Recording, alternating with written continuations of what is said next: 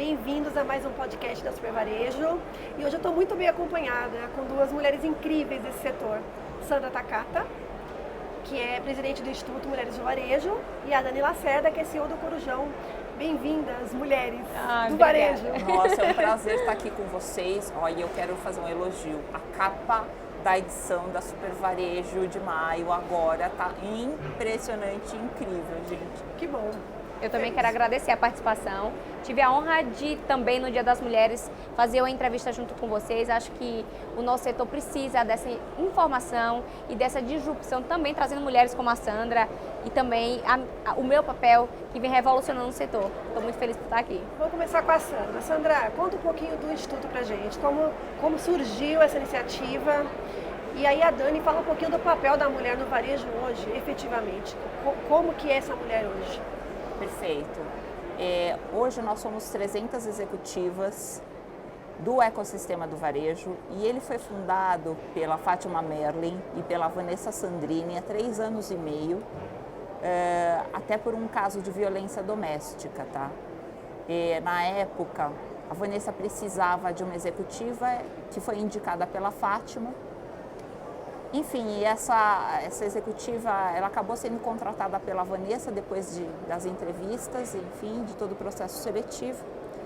E um belo dia, depois dela ter começado a trabalhar, essa moça não apareceu numa reunião super importante da diretoria. E aí a Fátima falou, nossa, vamos, mas, né... Ela já tinha faltado no primeiro dia de trabalho também, mas a Vanessa contornou a situação. Ela achava que tinha alguma coisa errada. E aí a Fátima falou assim, Vans, demite, porque não é porque ela é minha amiga, tal, né, e eu a conheço. Mas a Van falou, olha, tem alguma coisa errada. E a Fátima falou assim, é mesmo, eu vou atrás, eu vou até a casa dela, porque ninguém conseguia falar.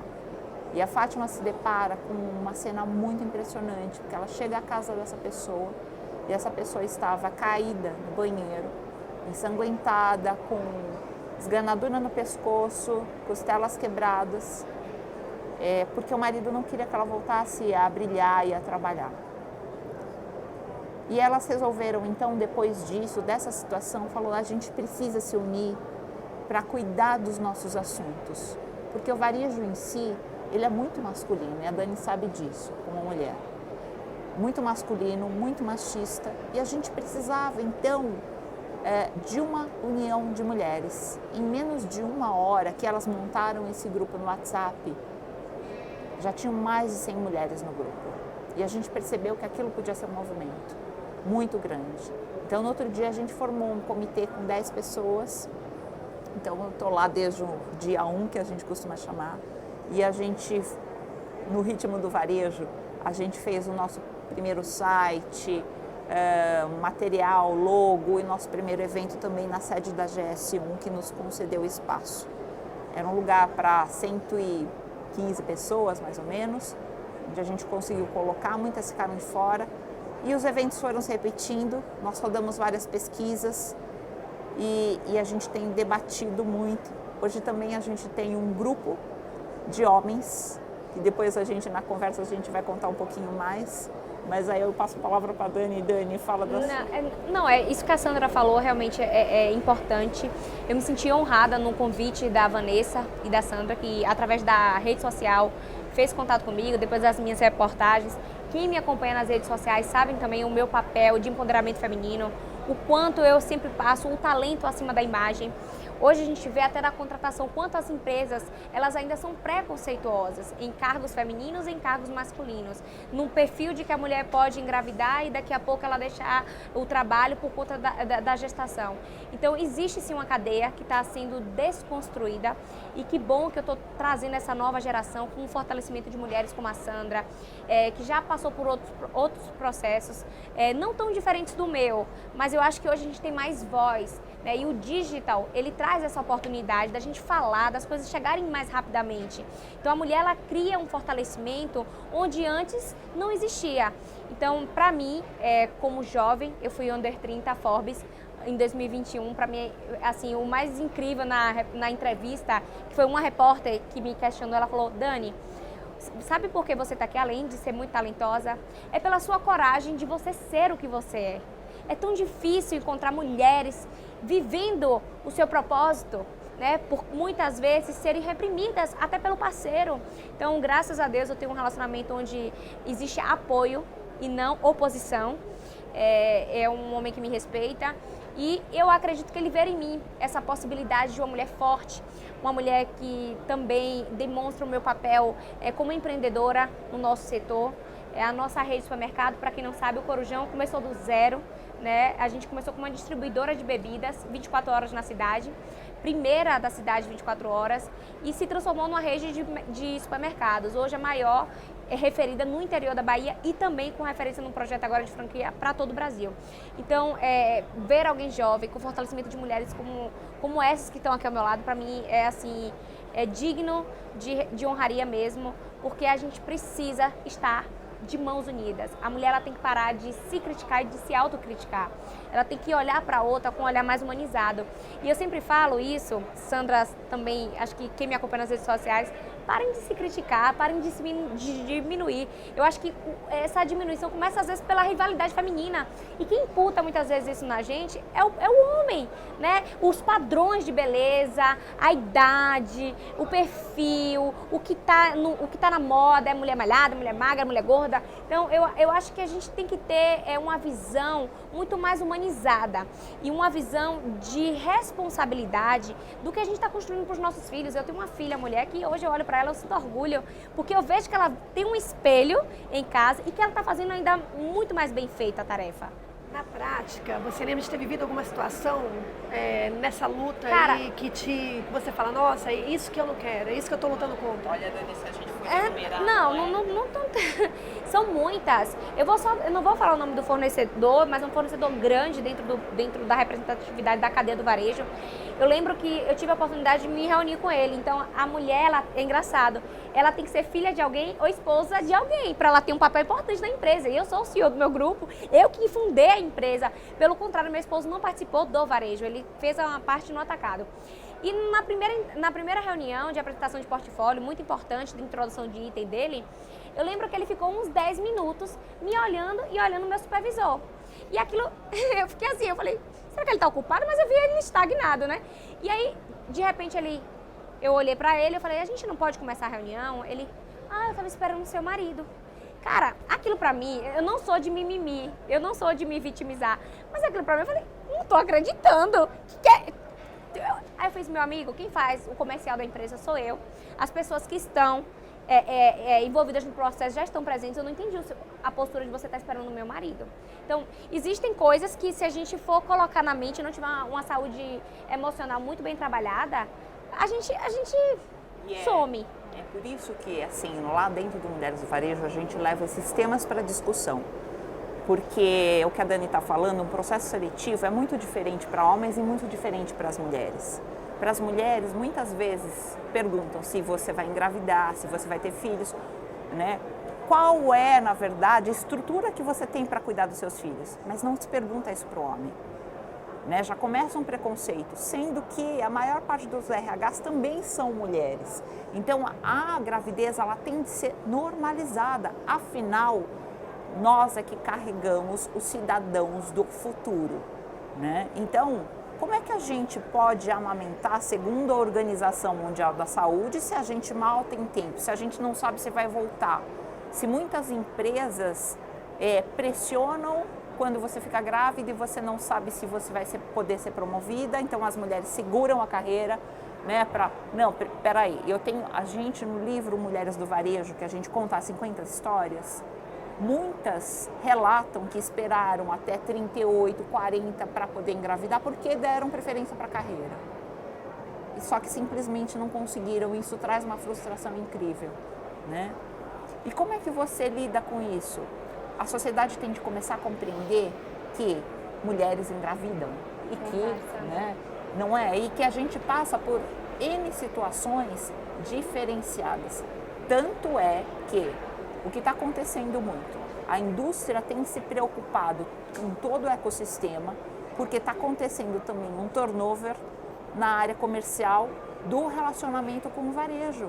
Então, assim, todo varejista também tem de começar a prestar atenção e do outro lado também.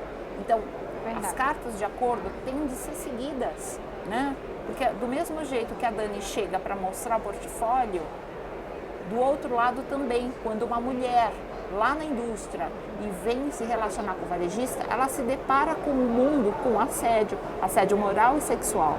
E hoje, jovens como a Dani já não aceitam e tem mais voz. E isso é importante, que a gente se posicione, que tenha voz. E é esse todo o trabalho do ecossistema para a gente conscientizar, para a gente transformar, que a gente está fazendo, né?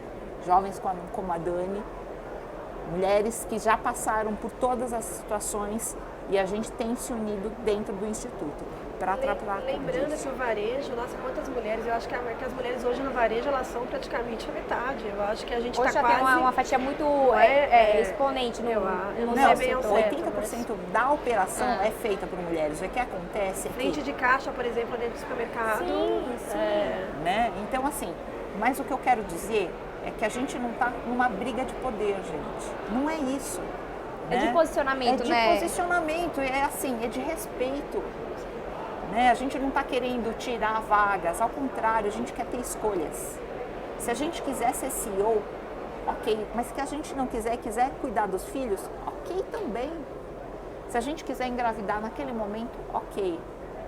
Mas que a gente possa ter escolhas e não que façam escolhas pra gente. Eu nunca me esqueço uma vez que eu participei de um evento do atacado, do atacarejo, e eu perguntei por que tinham poucas mulheres no FLV, os perecíveis, enfim. E aí me disseram o seguinte, é porque a gente acha que o Ceasa de madrugada não é um ambiente para vocês mulheres. Ai, meu Deus. Perguntaram isso pra gente? Engraçado, deixa eu fazer uma pauta aqui importantíssima para quem está nos assistindo. Na Segunda Guerra Mundial, tá, mulheres foram responsáveis por criar armas, por fazer aviões. Então é só a necessidade que faz a ocasião, né? Ou é porque realmente somos inteligentes, somos capazes? Eu acho que isso que a Sandra trouxe é primordial numa cultura empresarial entender que a responsabilidade da mulher é também a responsabilidade do homem.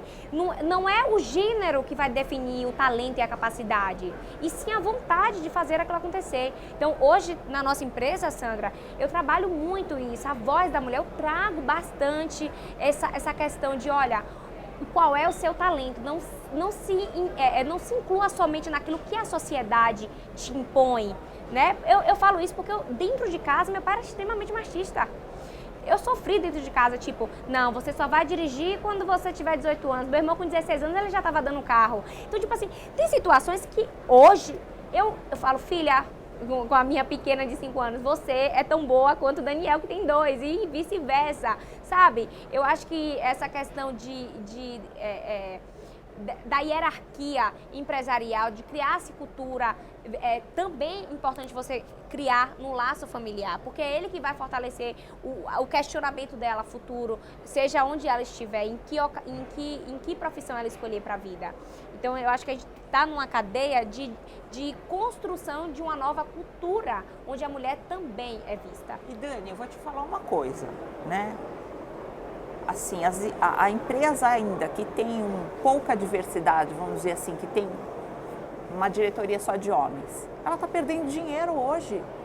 Você sabe que outro dia eu comentei com uma executiva que tem uma indústria de sapatos feminina que não tem uma mulher na diretoria. Há pouco tempo eles colocaram uma mulher na diretoria, só que quem decidia os nossos sapatos femininos eram homens, né? Então, achei só importantíssimo. Que aí ela falou assim, Sandra, você sabe que olha, você sabe que é verdade? Porque eu acho que deve ter mudado depois que entrou uma mulher. Por quê? Ela falou, eu uso 34, ela comentou comigo. E o que acontecia com os números pequenos? Você acaba usando o infantilizado, que é um sapato com um pé pequeno de uma criança. Só que, você imagina, um pé de adulto, 34 é diferente de um pé 34 de uma criança. Eu passo esse mal, viu? Eu calço 33. Então, Dani, aí que tá. E aí, na formatação, ou mesmo na escolha dos modelos... A gente não vai escolher infantil, né, gente? Só que quem é que veste o sapato? Somos nós. Se você não tem uma diretoria de homens, ele pode falar, não, isso aqui não vamos investir nisso aqui. né? Então, a diversidade é essa. A diversidade tende a acontecer. É lucro. Voltando aqui para o varejo, vocês percebem na prática uma mudança desde que vocês criaram o instituto, ou enfim, o que vocês percebem na prática, se realmente a gente tem conseguido espaço, como é que vocês percebem? Assim, a gente evolui. É bom você falar, Sandra, que você já está em uma cadeia há mais tempo, mas eu também já percebo, sim. Eu acho que a gente ainda está devagar, tá? A gente sempre fala que tem que mexer esse ponteiro rápido para não sofrer os 257 anos de, pelo menos, de igualdade de salário que calcularam, tá? Que as pesquisas calcularam. Mas há uma sensibilização, sim, por parte do varejo. Nós formamos, então, o quê? Um grupo de homens, que é o Eles por Elas, feito pelo IMDV hoje, que é para que homens possam trazer essa transformação, essas mudanças de mindset para o resto. Por quê? Se eles estão na cadeia e na diretoria, se eles não mudarem, se a gente não trouxer para a conversa, não adianta, a gente vai ficar discutindo só entre a gente. E a gente precisa trazer essa diversidade. Então, com eles chegando perto, a gente tem mais homens disseminando, mais homens falando, e isso começa a chamar atenção. Né? Isso começou no workshop que a gente fez na Nestlé. A gente tem um workshop via neurociência dentro do instituto e a gente foi chamado pela Nestlé para fazer isso. E dentro desse workshop foi muito legal, porque uma executiva comentou que ela falava assim, eu sempre estou numa reunião com vários homens, assim como aconteceu com você mostrando o portfólio. E aí sempre aparecia uma piadinha sexista ou machista. E eu nunca falei nada, mas eu falei, eu vou me posicionar, ela disse. Só que ela falou, eu treinei, falei no espelho. Só que no dia que essa piada aconteceu, ela falou, não, eu dei risada. Não, eu dei risada, ela falou. E ela falou, eu voltei pro carro e comecei a chorar muito. E nisso, um dos executivos dentro da Nestlé disse o seguinte, nós, homens, é que temos de fazer esse movimento com vocês. Exatamente. Eu discuti isso com a Vanessa, que é uma das fundadoras do Mulheres do Varejo. Aconteceu recentemente, né, comigo, assim. Isso. Ela te passou essa informação? Eu fiquei sabendo daí. Então, é engraçado como a mulher, ela vira piada e ela vira um motivo de chacota sexual. Eu chamo de chacota sexual porque quando você fala de mulher jovem, você está dentro de um âmbito masculino e âmbito de trabalho, o qual você acredita que a sua imagem é vista como a imagem de um profissional. E você é convidada a sentar-se no colo de uma pessoa porque você pede para tirar uma foto de uma pessoa pública. Cara, é chocante ouvir, mas é o que a Sandra falou. Hoje, a gente tem voz para estar falando isso daqui, sabe? No primeiro momento, você fica paralisada, porque você não espera aquilo. Essa é a verdade. E por mais que eu seja uma mulher firme, por mais que eu seja uma mulher sanguínea, eu costumo falar, eu sou muito sanguínea, eu olhei para os três lados, vi homens, e minha única reação foi pedir respeito e dizer a ele que meu marido ia se incomodar. Mas na vontade mesmo, né, qual a lógica hoje de você ainda passar por situações como essa, onde a sua imagem é literalmente profissional? Eu não estava num show, sabe? E mesmo se estivesse. Então, assim, existe hoje isso que a Sandra falou. Eu acho que tem que ter um movimento do empresarial que contrata uma pessoa para estar fazendo uma figura pública ali, representando a imagem de um produto que está dentro das minhas lojas, né? Então, o movimento e a defesa tem que ser do envolto, porque a gente é a vítima. Eu me senti vítima e eu odeio me sentir vítima. E no primeiro momento, eu fui pro quarto do hotel. Eu não tive coragem de comentar com meu esposo, mas comentei com minha mãe. Minha mãe, tranca tudo, bote alguma coisa atrás da porta, não sei, porque vai que... Eu falei, não, minha mãe, pelo amor de Deus. Então, assim, é incrível quando alguém fala pra você, porque eu já ouvi várias vezes, e a gente fala assim, poxa, e você não falou nada? Mas é incrível que quando a gente passa pela situação, a gente não fala nada, velho. Mas é um cômodo tão grande que a gente não sabe, a gente paralisa. A gente não espera, né? A gente não espera. É tão chato, tão horrível. Você não está preparada. Você nunca está preparada. Só que começa aquela questão do posicionamento. É o que eu falo, você tem que realmente mostrar para que veio, criar uma identidade de empoderamento mesmo, para que aquela empresa, aquela indústria, aquela figura pública entenda que o papel de cada um, acima de qualquer coisa, é o respeito. A gente está numa cadeia social, criando uma nova era, e a gente está se ouvindo falar muito do ESG, né? Dessa questão, não existe mais abraçar uma árvore, não existe mais tratar o colaborador, você tem que mostrar efetividade, até porque isso traz resultados capitalistas para a empresa. Então, existe hoje uma ligação total nisso daí. Eu vejo que muitos estão migrando, eu vi redes bancárias fazendo treinamentos para pais cuidarem dos filhos também. Que bacana, nos dias que ele tem lá para ficar com a família, ele poder dar um banho, limpar o umbigo. E eu ouvi de um amigo como isso me ajudou. Então, o empresarial hoje em dia tem que ter essa responsabilidade social.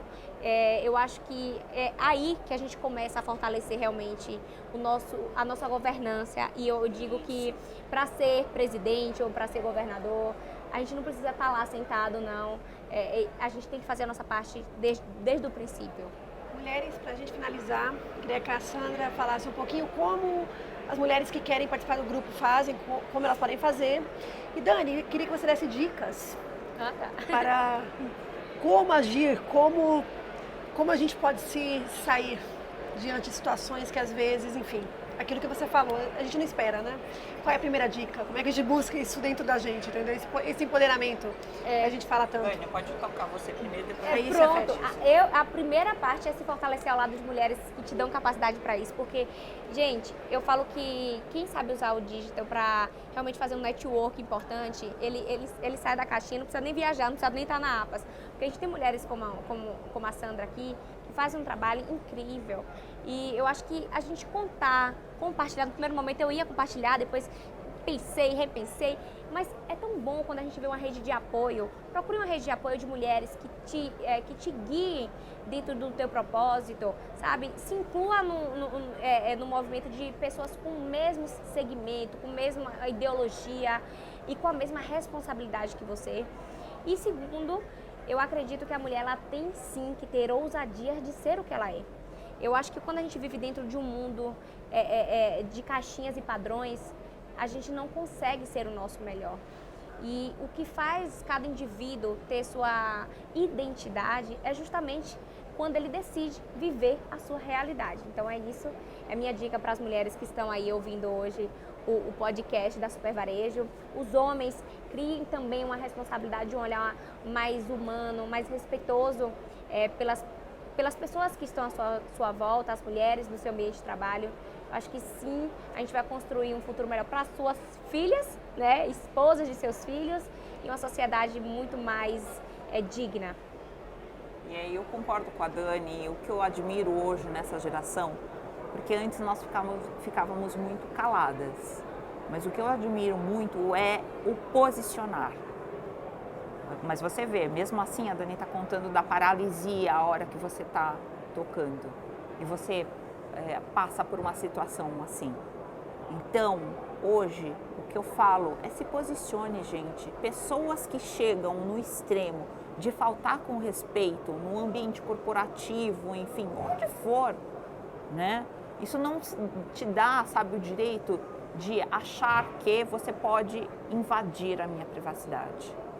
Então, o que a Dani está falando e que acontece muito é as redes de apoio realmente, e cada vez mais, assim, mulheres estão se reunindo, vários grupos, né, estão se fortalecendo justamente para isso. Para que a gente conquiste, e isso que eu falo, não é poder. E quem quiser estar com a gente, basta acessar nossas redes sociais, mulheresdovarejo.com.br, também pelo nosso site. Lá tem um link de afilice, que vocês vão poder saber como é que se faz, mas a gente tem um grupo hoje de coordenadoras, gerentes, CEOs, diretoras do ecossistema, então não só quem trabalha no varejo, como a Dani, mas quem faz parte da indústria, quem faz parte de empresas de pesquisa, fornecedores, enfim. tudo amarrado para que a gente possa criar um ecossistema em que nós, mulheres, possamos ter nossas escolhas. Muito obrigada, quero agradecer a presença de vocês. Nós recebemos hoje a Sandra Takata, presidente do Instituto Mulheres de Varejo, a Dani Lacerda, CEO do Corujão, e obrigada, gente. Até a próxima. Obrigada.